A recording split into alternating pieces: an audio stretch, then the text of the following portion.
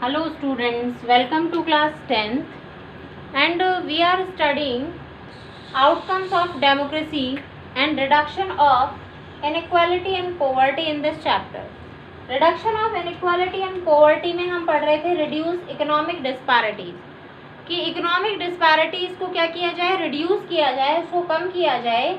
इसमें हमने पढ़ा था कि अगर रिच पर्सन्स के ऊपर टैक्सेस ज़्यादा अप्लाई किए जाएं और पुअर पर्सन्स के ऊपर टैक्सेस कम अप्लाई किए जाएं या उन्हें टैक्सेस से एग्जैम्प्ट कर दिया जाए तो हम इकोनॉमिक डिस्पैरिटीज़ यानी कि जो हमारी इकोनॉमिकली जो भी लोगों में डिफरेंसेस पाए जाते हैं उन सबसे हम क्या हो जाएंगे, फ्री हो जाएंगे और वो इकोनॉमिक डिफरेंसेस हमारे ख़त्म हो जाएंगे। तो ये इकोनॉमिक डिस्पैरिटीज़ जो हैं, इनइक्वालिटीज़ जो हैं वो तभी ख़त्म होंगी जब हम टैक्सेस में इस तरीके से अप्लाई करेंगे और कोई जो पॉलिसीज़ हैं हम वो अप्लाई करेंगे। बेस्ड ऑन पॉलिटिकल इनइक्वालिटी, देखिए पॉलिटिकल इनइक्वालिटी से हमारा मतलब क्या है, डेमोक्रेसी जो है वो बेस्ड होती हैं पॉलिटिकल इक्वालिटी पर, पॉलिटिकल इक्वालिटी पर, क्योंकि अगर सभी पर्सन्स को पॉलिटिकल रिप्रेजेंटेशन का इक्वल चांस दिया जाए, यानी पॉलिटिकल रिप्रेजेंटेशन का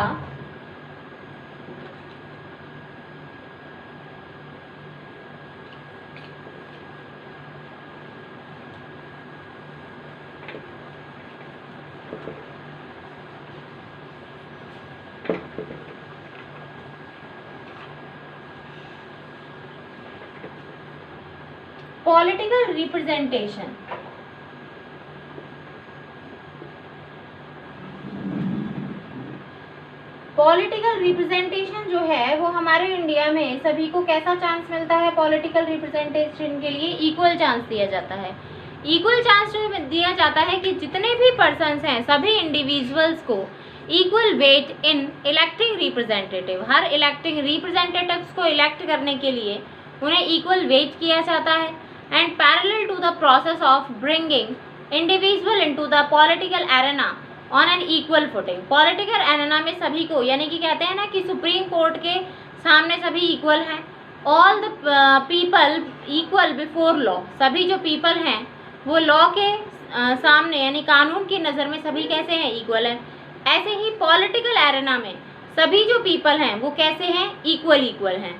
we find growing economic inequalities, लेकिन फिर भी हमें इकोनॉमिक इनइक्वालिटीज़ मिलती हैं, जैसे कि आपने क्लास 9th में या अभी हमने पढ़ा चैलेंजेस टू डेमोक्रेसी में, a small number of ultra rich enjoy a high disproportionate share of wealth and income, जो काफ़ी अच्छा जो पर्सन है जो रिच है काफ़ी, या फिर ये कह सकते हैं पॉलिटिकल रिप्रेजेंटेशन यानी पॉलिटिकल एक्टिविटीज़ में भी उसका काफ़ी अच्छा रोल है, वो काफ़ी अच्छी वेल्थ को एंजॉय करता है, बहुत अच्छी वेल्थ को वो एंजॉय करता है। और जब वो बहुत अच्छी वेल्थ को एंजॉय करता है और एक ऐसा पर्सन जो पॉलिटिक्स में बहुत ही कम इंटरेस्ट ले रहा है, वो पर्सन जो है उसकी जो वेल्थ है वो इतनी अच्छी नहीं होती है, तो उसमें क्या होता है कि दोनों के अंदर जो इकोनॉमिक डिफरेंसेस हैं वो बहुत ज़्यादा आ जाते हैं।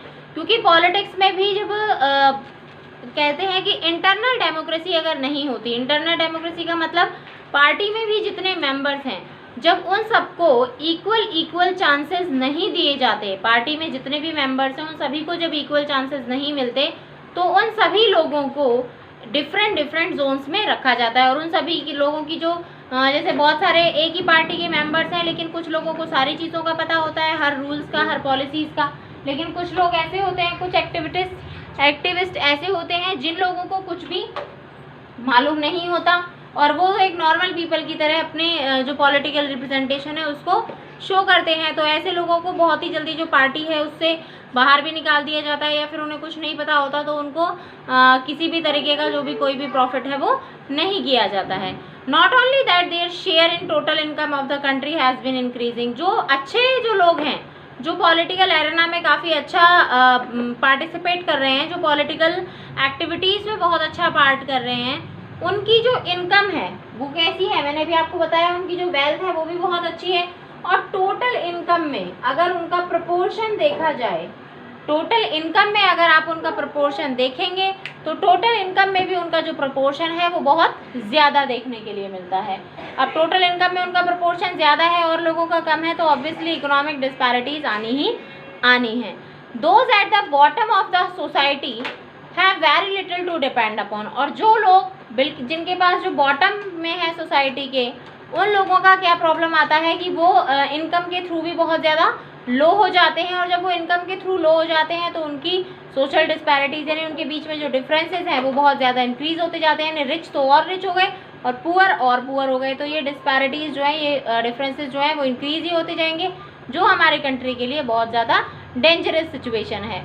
तो their incomes have been declining, sometime they find it difficult to meet their basic need. कई बार उनको ऐसा लगता है कि उन्हें उनकी जो बेसिक नीड्स हैं, यानी रोटी कपड़ा मकान, जो उनकी लाइफ सर्वाइविंग की जो नीड्स हैं, यानी जीने के लिए जो चीज़ें ज़रूरी हैं, वो चीज़ें भी उनकी फुलफिल नहीं हो पाती हैं। तो ये इकोनॉमिक डिस्पैरिटीज यानी पॉलिटिकल प्रेशर जब आता है, तो पॉलिटिकल रिप्रेजेंटेशन जो है वो भी एक बेस है हमारे यहाँ पे इनइक्वालिटी और पॉवर्टी पर को चेंजेस करने के लिए। इन एक्चुअल लाइफ डेमोक्रेसी जो है वो सक्सेसफुल नहीं होती है। अगर हम एक्चुअल लाइफ में देखें, इन रिड्यूसिंग इकोनॉमिक इनइक्वालिटीज, अगर डिफरेंस जो है रिच और पुअर के बीच में वो कम हो जाएगा, डिफरेंस जो है रिच और पुअर के बीच में अगर डिफरेंसेस जो हैं वो कम हो जाएंगे, तो एक मायने में जो डेमोक्रेसी है वो क्या हो जाएगी, सक्सेसफुल हो जाएगी, एक बहुत ही अच्छी पॉलिटिकल लाइफ देने के लिए किसी भी कंट्री में। सो हम नेक्स्ट टॉपिक की बात करते हैं। Democracy do not appear very successful in reducing in economic equalities. Democracy जो है यानी डेमोक्रेसी टाइप ऑफ गवर्नमेंट जो है वो बहुत ज़्यादा सक्सेसफुल प्रूफ नहीं होती reducing economic inequalities, economic equalities को क्या करने में, रिड्यूस करने में, कि इनइक्वालिटीज आएगा यहाँ पर, यानी कि इकोनॉमिक इनइक्वालिटीज जो हमने अभी यहाँ देखा कि कुछ लोग बहुत ज़्यादा पुअर हैं और कुछ लोग बहुत ज़्यादा रिच हैं, तो उनके बीच में इस इनइक्वालिटी को कम करने के लिए डेमोक्रेसी जो है वो बहुत ज़्यादा सक्सेसफुल प्रूफ नहीं हुई है। क्लास 9th में आपने इकोनॉमिक्स में पढ़ा था पॉवर्टी इन इंडिया के बारे में। पॉवर्टी में पुअर जो कॉन्स्टिट्यूट है वो एक बहुत ही लार्ज जो प्रोपोर्शन है वोटर्स का वो कॉन्स्टिट्यूट करते हैं, यानी कि जितने भी हमारे नंबर ऑफ वोटर्स हैं, जितने भी हमारे नंबर ऑफ वोटर्स हैं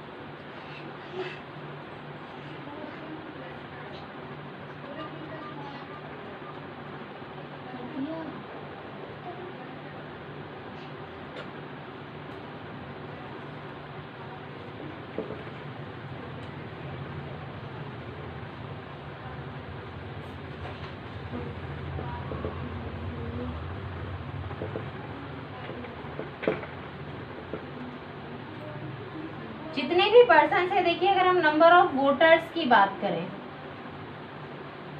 नंबर ऑफ वोटर्स की अगर हम बात करते हैं, तो नंबर ऑफ वोटर्स जो हैं उसमें क्या होता है, नंबर ऑफ वोटर्स में जितने भी पुअर पीपल हैं, अगर हम एक एग्जाम्पल की तरह देखें तो पुअर पीपल जो हैं वो वोटिंग का कम से कम 80% वोट्स जो हैं वो पुअर पीपल के पास होते हैं, और जो रिच पीपल हैं 20% वोट्स रिच पीपल के पास होते हैं। तो ये जो पुअर पीपल हैं ये अपने वोटिंग राइट का यूज़ करते हैं गवर्नमेंट को चेंज करने में, और हर बार ये गवर्नमेंट को चेंज इसलिए करते हैं कि ठीक है क्या पता इनके जो पॉवर्टी है, कोई गवर्नमेंट जो है वो इनकी तरफ ध्यान दे और उनके लिए नए नए स्कीम्स चलाए। लेकिन क्योंकि अगर कोई ये पुअर पीपल की जो पार्ट है, यानी ये जो प्रोपोर्शन है, अगर ये गवर्नमेंट को चेंज करना चाहे तो ये इजीली चेंज कर सकता है। रिच पीपल जो है उनके सिर्फ 20% वोट होते हैं, तो वो तो वैसे भी अपने पैसे के बल पर काम निकलवा लेते हैं। तो पुअर पर्सन जो है उनकी जो कह सकते हैं हम कि उनका जो वेलफेयर है, गवर्नमेंट्स को उनके बारे में सोचना चाहिए। अब गवर्नमेंट्स अगर उनके बारे में नहीं सोचेंगी तो ये पुअर पीपल जो है ये और ज़्यादा पुअर होते जाएंगे, बहुत ज़्यादा। तो कई बार ऐसा भी देखा जाता है कि ये पुअर पीपल जो है और ज़्यादा पुअर हो जाते हैं, और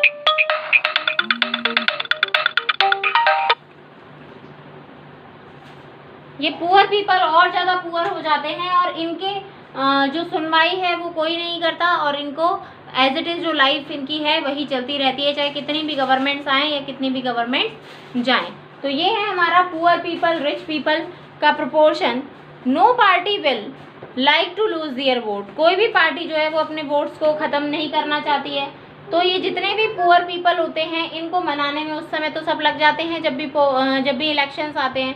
इलेक्शंस आते हैं जब इनको बहुत सारे नए नए प्रोमिसेस किए जाते हैं, नए नए वादे किए जाते हैं, बहुत सारी जब कंपेनिंग की जाती है, इलेक्शन की कंपेनिंग जब होती है तो इनके लिए इतने ज़्यादा इनके लिए ऑफ़र्स आते हैं, इनको बहुत ज़्यादा ऑफ़र्स दिए जाते हैं और इनको इस तरीके से फंसा लिया जाता है कि ये उन्हें ही वोट दें।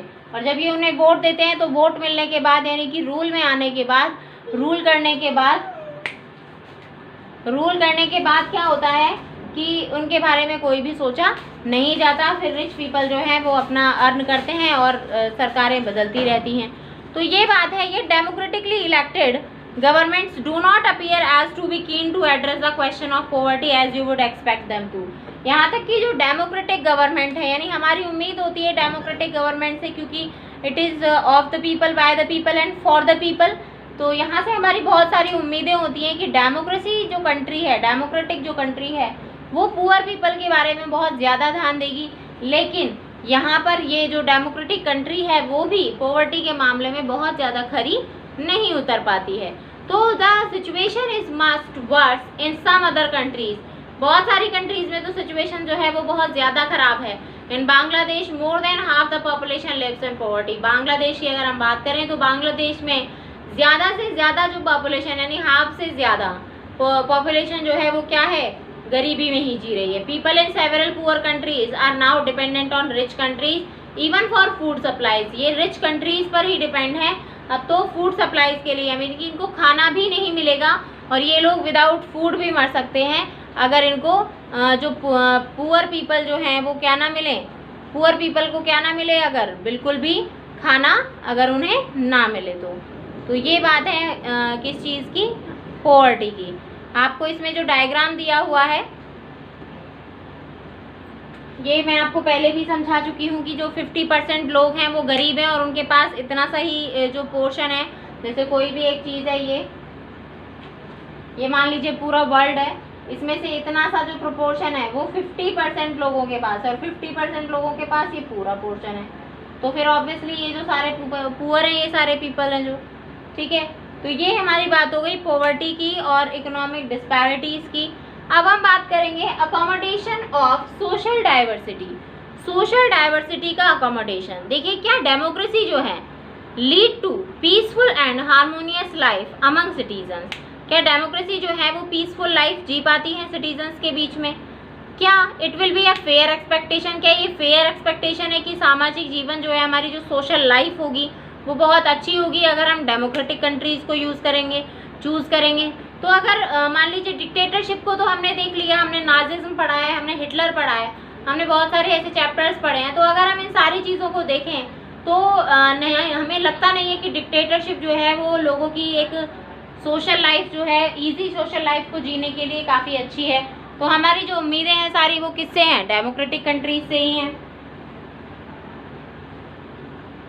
अब डेमोक्रेटिक कंट्रीज जो हैं, क्या democratic countries we have seen in earlier chapters, हमने अर्लियर चैप्टर्स में भी देखा है कि किस तरीके से डेमोक्रेसी जो है वो अकोमोडेट करती है सोशल डिविजन्स को। फर्स्ट चैप्टर में हमने देखा कि जो डेमोक्रेसी है, यानी वहाँ पर भी डेमोक्रेसी थी, बेल्जियम में भी, बेल्जियम ने किस तरीके से अकोमोडेशन किया सोशल डाइवर्सिटीज़ को, किस तरीके से उसने मूव ऑन किया।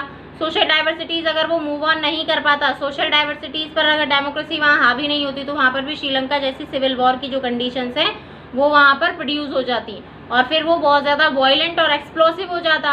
तो इस तरीके से जो डेमोक्रेसी है वो ऐसी एक्सप्लोसिव वाली, यानी कि ऐसी जो लड़ाई झगड़े वाली जो सिचुएशंस हैं, उन सिचुएशन की जो पॉलिसीज़ हैं उनको रिड्यूस कर देती है।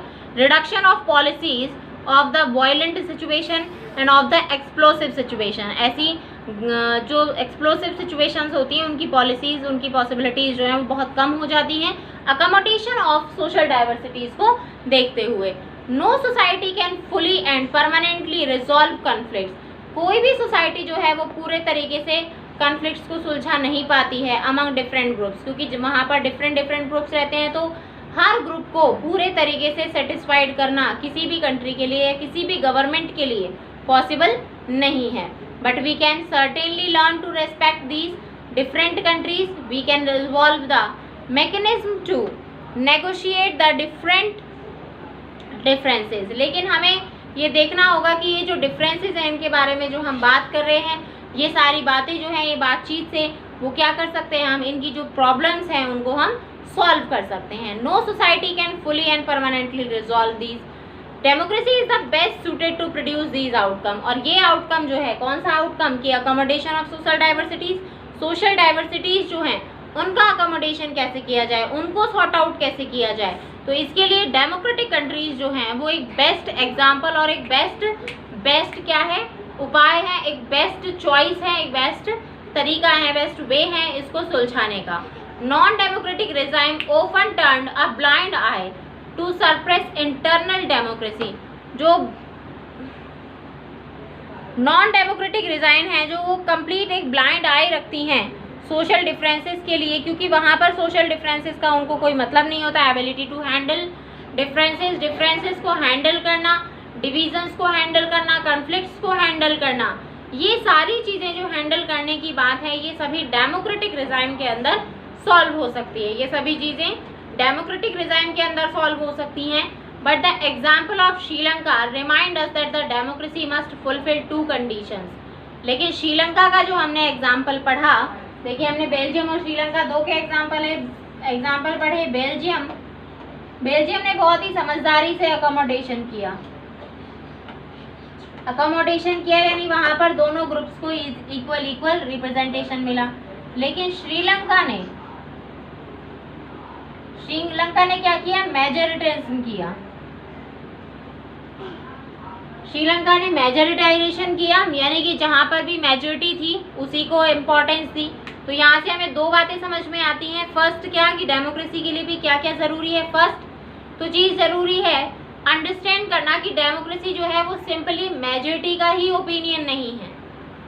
यानी कि श्रीलंका ने मेजोरिटी को अप्रोच किया, लेकिन मेजोरिटी भी वो कैसी होनी चाहिए, सारे लोग उसमें इन्वॉल्व होने चाहिए। वो मेजोरिटी किसी एक रिलीजन, किसी एक लिंग्विस्टिक ग्रुप के लिए नहीं होनी चाहिए। दिस मेजोरिटी ऑलवेज, जो मेजोरिटी है वो हमेशा तभी वर्क करती है जब वो माइनॉरिटी के साथ काम करे। Governments function to represent the general view majority and minority, क्योंकि गवर्नमेंट तभी काम करती है जब वो, कोई भी गवर्नमेंट अगर वर्क कर रही है, किसी भी गवर्नमेंट को अगर वर्क करना है तो जिसने उसे वोट दिया है वो उनके बारे में तो सोचे ही सोचे, बल्कि जिन्होंने उन्हें वोट नहीं दिया उनके बारे में सोचना उसका बहुत बड़ा एक कहते हैं हम ड्यूटी वो बन जाती है। यानी गवर्नमेंट तभी काम कर पाती है जब वो मेजॉरिटी और माइनॉरिटी दोनों के लिए ही काम करे। अगर कोई गवर्नमेंट, मान लीजिए कोई भी गवर्नमेंट है, उसको जो मेजॉरिटी ने वोट दिए, अब वो मेजॉरिटी के लिए ही काम कर रही है और उसने माइनॉरिटी को छोड़ दिया, उसने माइनॉरिटी के लिए कोई काम नहीं किया, तो ये माइनॉरिटी जो है वो ये क्या करेगी, ये बिल्कुल एक्सप्लोसिव वाले एक्ट करेगी, रिपल्स करेगी, ये बिल्कुल विद्रोह करेगी। ये क्यों करेगी विद्रोह, क्यों इसलिए करेगी क्योंकि माइनॉरिटीज जो हैं इनकी जो आवश्यकताएं हैं, इनकी जो नीड्स हैं वो फुलफिल नहीं हो पा रही हैं। अगर इनकी नीड्स को फुलफिल नहीं किया जाएगा तो माइनॉरिटीज जो हैं वो रिवॉल्यूशन करेंगी और वो रिवॉल्यूशन एक ना एक दिन सिविल वॉर के अंदर बिल्कुल चेंज हो जाएगा, सिविल वॉर में कन्वर्ट हो जाएगा। तो मेजॉरिटी और माइनॉरिटी दोनों ही लोगों का ध्यान रखना बहुत ज़रूरी है, चाहे वो गवर्नमेंट कोई भी हो। नेक्स्ट हम बात करते हैं, एक चीज़ और नेसेसरी है जो हमने श्रीलंका के एग्जाम्पल से सीखी कि majority does not become rule by majority community in the term of religion. जो मैंने आपको अभी बताया कि मेजॉरिटी तो बनती है, जैसे हमारे डेमोक्रेसी में जब भी कोई गवर्नमेंट बनती है, हमारे डेमोक्रेसी में जब भी कोई गवर्नमेंट बनती है तो वो गवर्नमेंट हमेशा मेजॉरिटी पे बनती है। लेकिन वो मेजॉरिटी कैसी होनी चाहिए, ऐसा नहीं कि भाई जो मेजॉरिटी है वो किसी रिलीजन के नाम पर आई हो, वो मेजॉरिटी किसी रिलीजन के नेम पर नहीं आनी चाहिए, वो मेजॉरिटी किसी लैंग्वेज के नेम पर नहीं आनी चाहिए। अगर वो मेजॉरिटी किसी रिलीजन या लैंग्वेज के नेम पर आई है तो उस कंट्री को या उस गवर्नमेंट को हम डेमोक्रेटिक गवर्नमेंट नहीं कहेंगे, क्योंकि किसी भी लिंग्विस्टिक ग्रुप, किसी भी जाति, किसी भी धर्म के नाम पर अगर मेजॉरिटी आती है तो वो एक डेमोक्रेटिक गवर्नमेंट नहीं है। तो rule by majority means in case of every decision, पूरे जो पीपल हैं, पीपल ऑफ द कंट्री हैं, वो उससे सेटिस्फाइड होने चाहिए। उन सभी का जो रोल है उस मेजॉरिटी गवर्नमेंट में थोड़ा थोड़ा होना चाहिए। ये नहीं किसी एक ही ग्रुप को हमने पूरे एक ग्रुप ने हमें वोट दिया और हमने उसकी गवर्नमेंट बना दी। ऐसा नहीं होना चाहिए। तो फिर इससे जो अदर लिंग्विस्टिक ग्रुप या अदर रिलीजियस ग्रुप हैं उनके साथ तो बिल्कुल ही बहुत ज़्यादा प्रॉब्लम हो जाएगी। तो ये क्या है, हमारी मेजॉरिटी की प्रोसेस है कि मेजॉरिटी ही जो है वो सब कुछ नहीं होती है। इस तरीके से ये हमारा जो चैप्टर है, इसका टॉपिक यहाँ पर ख़त्म होता है कि कोई भी ग्रुप्स जो हैं, डिफरेंट पर्सन, सभी ग्रुप्स जो हैं ये क्या कर सकते हैं, एक मेजॉरिटी तो बना सकते हैं। Democracy remain democracy as long as, democracy तब तक डेमोक्रेसी रहती है जब तक हर सिटीजन को डेमोक्रेसी में गवर्नमेंट चेंज करने का चांस मिलता रहे। अगर कोई भी जो पर्सन है वो मेजॉरिटी से हटा दिया जाता है बर्थ या लैंग्वेज या रिलीजन के बेस पर, देन वो जो गवर्नमेंट है वो क्या नहीं कहला सकती, डेमोक्रेटिक गवर्नमेंट नहीं कहला सकती। तो ये क्या है, हमारा डेमोक्रेटिक कंट्री है। आउटकम्स ऑफ डेमोक्रेसी में एक पॉइंट है accommodation of social diversity. Next जो टॉपिक है हमारा, वो टॉपिक है हमारा dignity and freedom of the citizen. in next video we will study about the dignity and the freedom of the citizen. So thank you, have a nice day, read this carefully, thank you.